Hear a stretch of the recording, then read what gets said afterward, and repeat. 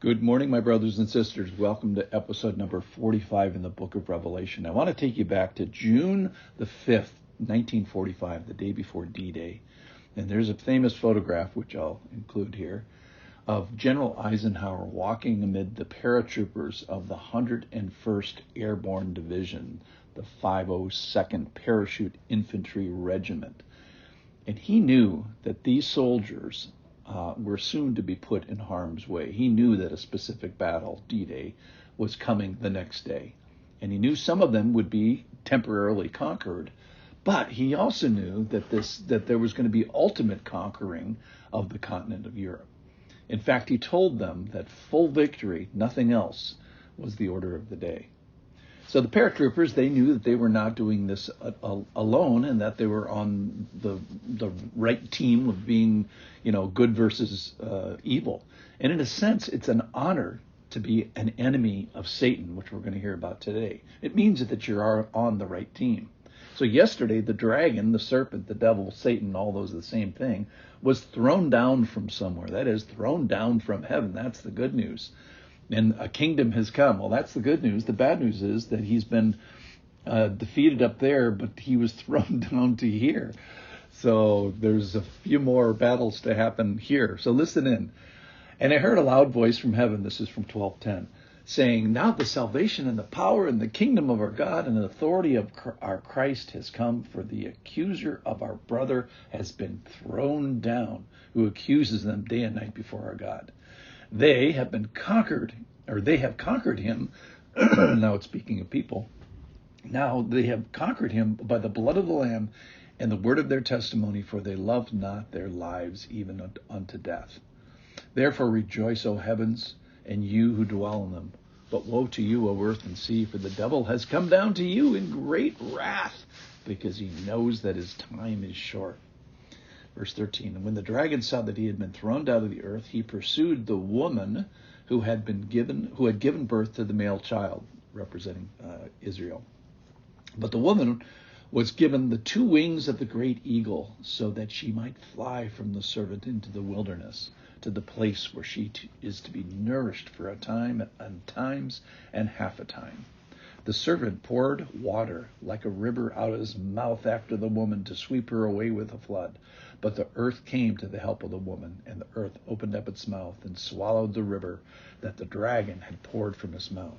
Then the dragon became furious with the woman and went off to make war on the rest of her offspring," the church, "on those who keep the commandments of God and hold the testimony of Jesus. And he stood on the sand of the sea."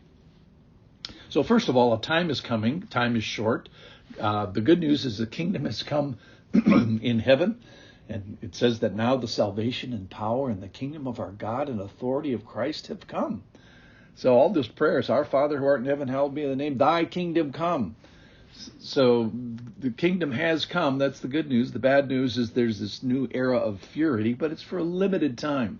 So 12:11 says that the people of God have conquered Satan by the blood of the Lamb, which is true if you have a long enough time frame. It's also true in 13:7, I haven't got to this yet, that Satan is going to do some conquering himself. So if you both are 100% true, we are more than conquerors. The question is when. It's not exactly now. If you look down the road a bit, this is going to be totally true. So a light bulb is going on here with Satan. He sees that he's been thrown down and exiled forever from the heavenly access. Second light bulb, the time is short. Third light bulb, well, he couldn't destroy the Father. He couldn't destroy Jesus. He couldn't destroy Jesus' salvation work on the cross. He couldn't stop the kingdom from being established. We just heard about that. He couldn't defeat the angels. We read about that yesterday. He couldn't defeat Israel. He got Israel down to a single heartbeat in the lineage of Jesus at one point, but couldn't kill that person. So who's left? The only person that's left is the church. That's the only thing he can pursue. So he pursues the church now, and he pours this out of his mouth to try to get her with stuff that comes from his mouth. He has maybe some power over earth and systems, but not ultimate power. So that's the thing. So in his fury, he's given the ability to make war against the church. So let's talk about the Church of Jesus. Who are they? Those who keep the commandments of God, those keep, it means to cause to continue and guard and preserve and take care of the wonders that we've been given. Be really attentive to this. Fix our eyes upon this. And hold means to have a grip on your treasure. So our light bulb is, number one, Satan is real. He's mad. He's targeting. It's going to get worse. But we have stuff. So we're going to be pursued more intently and for a limited time and repeatedly by Satan. And spiritual offsprings are going to be pursued by Satan. And we're going to be attacked by stuff that comes out of his mouth. Then he's furious at us. But we're seen by the Lord. The Lord is going to provide a way of escape. He's going to provide distance when we need it. He's going to provide nourishment. And all this fury is seen by God. In a sense, it's allowed. He doesn't fall off his throne. He's got a plan. So here's the conclusions for the church.